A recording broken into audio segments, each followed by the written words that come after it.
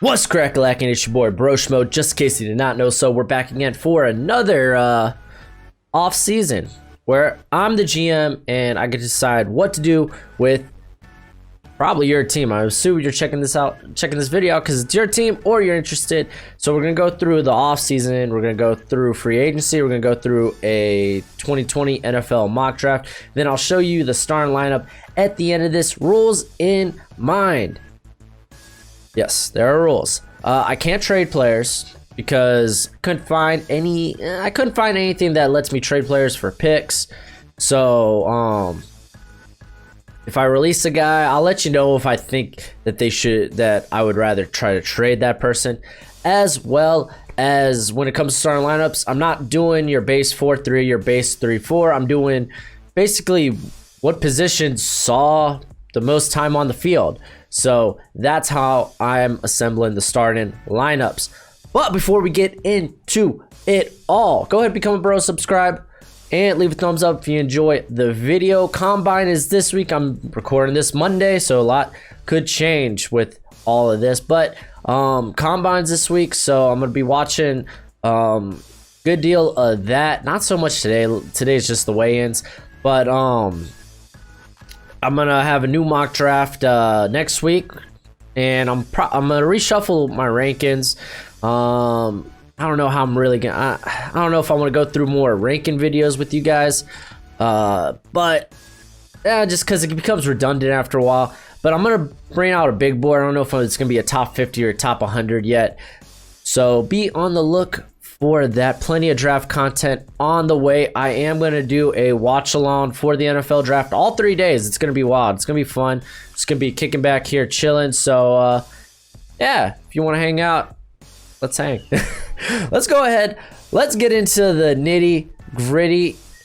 Let's do the dang thing. And I'm doing this all on FanSpeak because I forgot who shouted this out to me in the comments, but they do a pretty decent job of laying this out. I mean, it's not perfect by any means, but it helps me with time purposes, you know, because I got a family, I got a job, I got all this other stuff I got going on. So, you know, doing overlays on Photoshop just becomes time consuming. So let's go ahead, let's get in. They got almost 21 million in cap. So there are a few releases, and they got restructures on here, which is really cool. But I'm only gonna do it if I think it's realistic. Like with Jimmy G, I don't think he's gonna restructure his contract. He just led those guys to the Super Bowl, so I don't think that'll happen. But there is a restructuring here that does make sense. That's gonna be Weston Richburg, because they're paying homie a lot of money. So we're gonna restructure his contract. We're also going to release, let's just go ahead and take a look at cap savings. I'm gonna release a couple of names here. I'm gonna keep Telvin Coleman just because, you know, depth at running back, but Jerick McKinnon, that's a tough one, and it's 4 million dead cap, but he just hasn't been able to see the field. I'm gonna release Marquise Goodwin, which just sucks, dude. I love his story. Like, the guy's been through so much, and he's done so much for this organization. Ideally, I'd want to keep him or maybe restructure his contract to some degree. But, I mean, we need a little cap if we're going to do a little something in free agency. Also, we are going to cut ties with, right here, our boy Mark here at linebacker. Just because, you know, no dead money involved. Linebacker position's actually pretty solid for the Niners, so we could always just draft more or bring in some undrafted free agents to develop. So we almost got 35 million going into re-signing. And when it comes to re-signing, let's go ahead to the next. When it comes to re-signing, the only name I was kind of interested in is, oh, did I mess it up? But the only name I was kind of interested in re-signing was Emmanuel Sanders. It's just his money costs so stinking much if we really do want to keep him. So, like, because I think projected on over the cap, he's gonna get like 31 million for 3 years, and that translates out to like, especially the first year, because it looks like he's gonna get almost 23 of that guaranteed. So that first year, it's gonna cost a pretty dime, and I think we can maybe get the same type of production. Because let's be honest, the passing game isn't the crux to this offense. It's the running game. So I think we could get maybe a cheaper alternative and maybe draft in a very good wide receiving class. So I was looking at re-sign other names. Ben Garland was interesting, but Weston Richburg, I mean, they're paying him so much, and he did play a majority of the season. Eric Armstead's almost impossible to re-sign.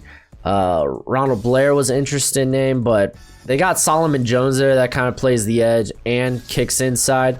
So I think they're okay with that. Jimmy Ward, I think, is going to just be too expensive. You could probably find a cheaper alternative. So I just went ahead and decided not to sign anybody. Now, when it came to free agents, I did decide to go after 3. The first person I said, because I did want someone that could replicate what Emmanuel Sanders does, that's Nelson Aguilar. And I decided to give him 2 years, 12 million. And that's the funky thing, like with it's actually a cool aspect with Fanspeak that they don't always well, it's probably gonna be around 70 to 80. They don't always sign with you, which is really cool. It makes it feel realistic, kind of like Madden, you know. But I do this more so to, hey, let's look at their what they potentially can do in free agency. So next, I wanted to get a safety, someone that could replicate what Jimmy Ward did, and actually he plays corner. One person that came to mind was Kendall Fuller, who had a down year for sure, but probably you could get him on a prove it deal at $5 million 1 year. Gonna make that almost 90 guarantees. Probably gonna see about almost four and a half million of that back. So he was the next person I wanted to go after, and then I did want to get someone on the edge, or someone like that was as versatile as Eric Armstead. Which, I mean, you're not gonna find Eric Armstead, you know, in this free agency class. Just someone that could fill in his role. And there's a guy that I stinking love, Adrian Claiborne, man. This guy's just a football player, man. Just a football player. So giving him $4 million on 1 year, just to kind of fill in that hole for now. We're gonna make that actually 100%. And those were the guys I decided to pursue in free agency. And like, yeah, you see, you have these guys decline the offer. Look, 6 years, 10 million to the Raiders. That ain't gonna happen. That ain't gonna happen for Nelson Aguilar. I mean, it could. Free agency is crazy, but yeah. So ideally, we get those guys. We get Aguilar to fill in kind of the same role that Emmanuel Sanders did, being able to play the outside, the inside. Kendall Fuller, kind of in that Jimmy Ward role, unless we could find somebody. If anything, we got a really good or pretty decent slot corner there with Kawan Williams, and then Adrian Claiborne, just to add depth to that defensive line. So let's go ahead. Let's get into the draft. And it's actually a tough pick here because you got, I was kind of hoping maybe, because realistically safety, I mean, I know you got Xavier McKinney here, but man, like, really? I think this guy, he's not going to be a free safety in the NFL. He's not going to be a single high type of guy. That's kind of how they used Jimmy Ward last year. So maybe skipping on that and maybe getting one of the guys that does have the ability to do that, like Ashton Davis, Antoine Winfield, maybe those guys, even Kyle Duggar. So getting those maybe a little later.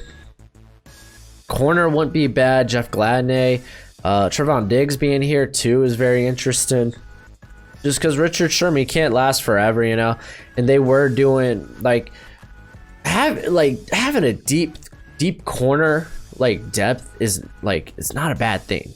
it's one of the most volatile positions. Like Richard Sherman, yes, he was dominant in 2019, but 2018 he was pretty bad, as was the 49ers. And plus, he's getting older, so you might want to look at his eventual replacement. Emmanuel Mosley looked really good, but is he a number one corner? So maybe I kind of feel like I talked myself into corner here. And then also I'm thinking wide receiver because, I mean, without Emmanuel Sanders, they are kind of like Dante Pettis ain't it, you know? Kendrick Bourne, he's more of a slot guy. He's done well, but we could definitely bring in someone else. There's Jalen Hurd. So, it's tough. I mean, both the wide receiving class and the corner class are very, very deep this year. So it really means, I mean, what's your flavor? So I'm kind of leaning corner, right? Because like I said, the whole engine to the offense is the run game. So I'm thinking going Trevon Diggs because he's a good steal at this pick, I think. So we're going with that. Next round. And he's a guy like I could see rotating in very easily. You're building. Remember, the draft is to build for the future, not for next season. So it's kind of the mindset I'm keeping in. I don't think the Niners have a second round pick, which is quite unfortunate. So maybe I'm thinking safety and wide receiver are obviously the positions I want to look at, but I do want to take probably the best player available on my board. All right, yep, on to the next round. On to the next.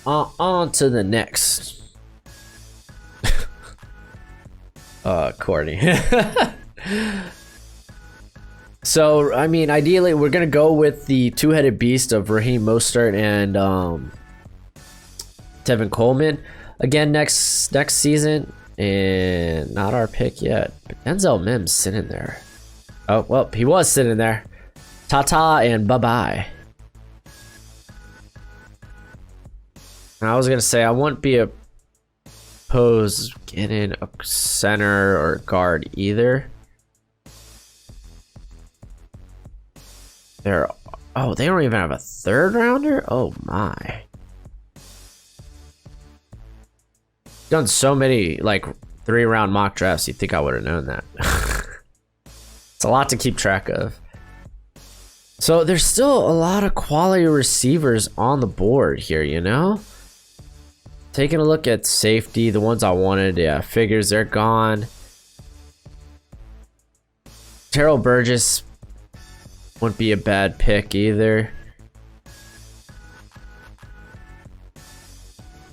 And I mean, dude, well, I mean, we have Kendall Fuller, so we don't have to like despair too much, you know. Douglas Coleman is a guy I need to check out a little bit more. Wow, no 4th round. Man, this is gonna be a rough draft.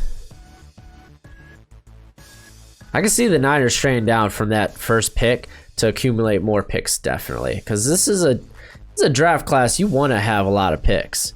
Hey, we got a pick. Jawan Jennings ain't gonna be here. He's very similar to what we have. Deebo Samuel, not nearly as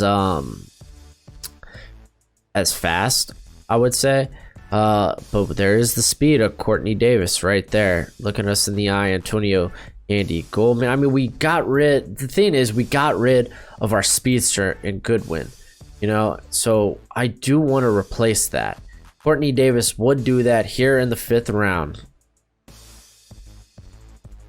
Because Dante Pettis ain't it. And he's certainly not going to be around later. Let's take a look at the safety class. Safety class. And I mean, you know, he technically is the best player on the board. Take a quick look at who is left. I don't believe Throckmorton will be left, or by any means, neither will Zach Moss be left till the 5th round. In my humble opinion, I could see Jack Driscoll, but we're kind of okay. I'm gonna go ahead and I'm gonna take Courtney Davis. Even though I do have Jawan Jennings higher on my board, he doesn't fill the role that I need from, or that I'm looking for. Because like I said, Courtney, I want that speedster. I need to be able to stretch the field. That was something Emmanuel Sanders did very well. We do have Nelson Aguilar as well.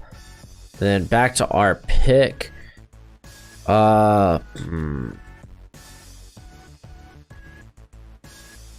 Driscoll's off the board, right? I really love drafting Driscoll this late.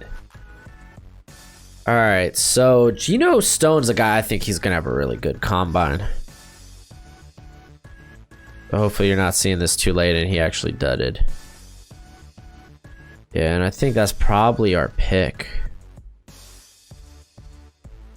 Alex Taylor's another guy that might have a monster combine, but you just don't see it. Or you didn't see it at the Senior Bowl when you had to face better talent. Better competition. Probably a better way. Nicer way of saying it, you know? Yeah, see, I'm avoiding Zach Moss because he ain't going to be here. Realistically, he's not going to be here. And I want this to be realistic, you know? This ain't like a fantasy draft, Madden, where it's like you have all these studded picks late.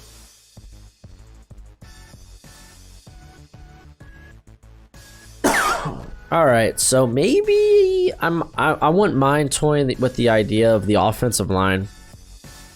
Even another running back. If there's one that's I think is good enough, you know. So we're back to our pick. Oh, buddy.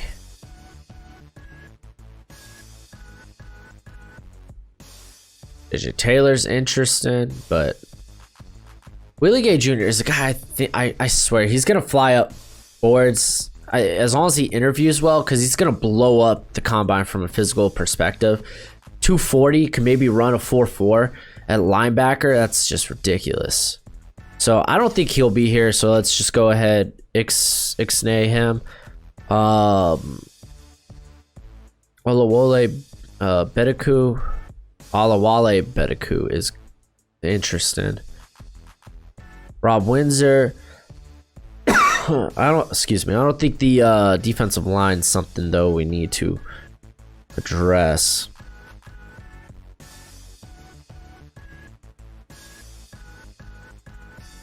I mean, I know we just went Geno Stone, but Julian Blackman is a guy that could develop into that deep end or an actual like single high. I don't think Travis Gibson's going to be here, so we can ignore that. Let's look at what the offensive line's looking like. Purged. Sean Pollard honestly might be the only guy draftable on here, in my opinion. I mean, Steele. Wow. I mean, 5th round. I don't mind grabbing a project. And Alex Taylor, again, very raw prospect, but he's going to be very, very athletic. So there's a lot to work with, you know? I know I kind of like badmouthed. Not really, but kind of did. You know, I don't mind taking him here. I'd much... It's not like the offensive line's a problem, but Staley, you know, he's getting older. So it's not bad to start getting a guy who's probably going to play on the right side. Let's be honest, McGlinchey's probably going to move to the left.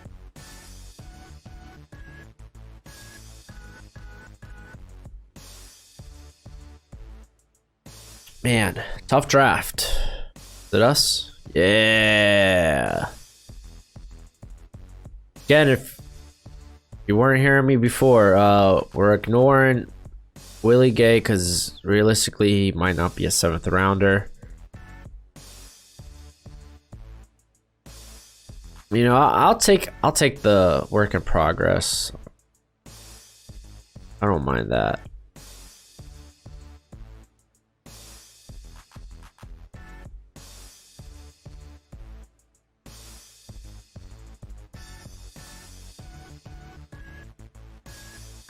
Oh, right. Yeah, there ain't much around here. There ain't much around these parts. If we got one more pick.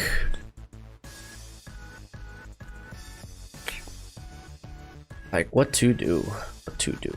I mean, we really addressed the secondary pretty hard. Just because the secondary is so vital, it's probably the most vital part of the defense. In a pass-happy NFL, you need guys that can cover, especially if you already have a defensive line that provides a lot of pressure. You want guys that can at least cover for, like, 3 seconds. All right, we're back up. Honestly, Kendall Coleman ain't bad this late. Darius Anderson, though, wouldn't be bad. I know they got Jeff Wilson, but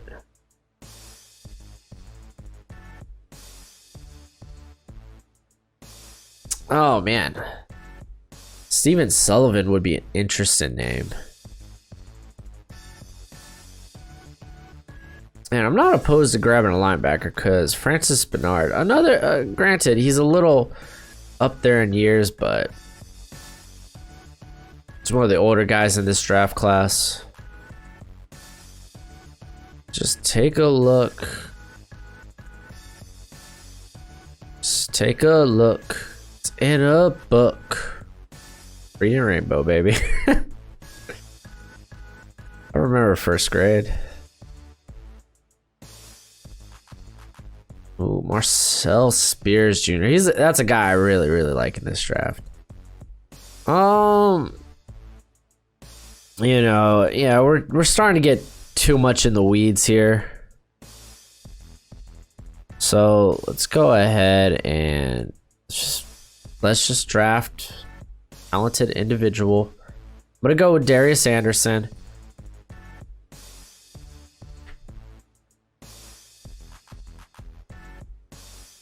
I think that's good value here. Got it. No more picks. All right, so let's take a gander at the draft. We had 6 picks, and I'm sure, I don't know how much y'all are gonna like that Trevon Diggs pick. I get it if you don't. I think corner depth is one of the most important things in the NFL today.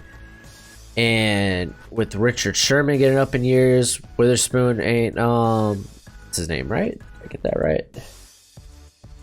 It's like a keel. Yeah, Witherspoon.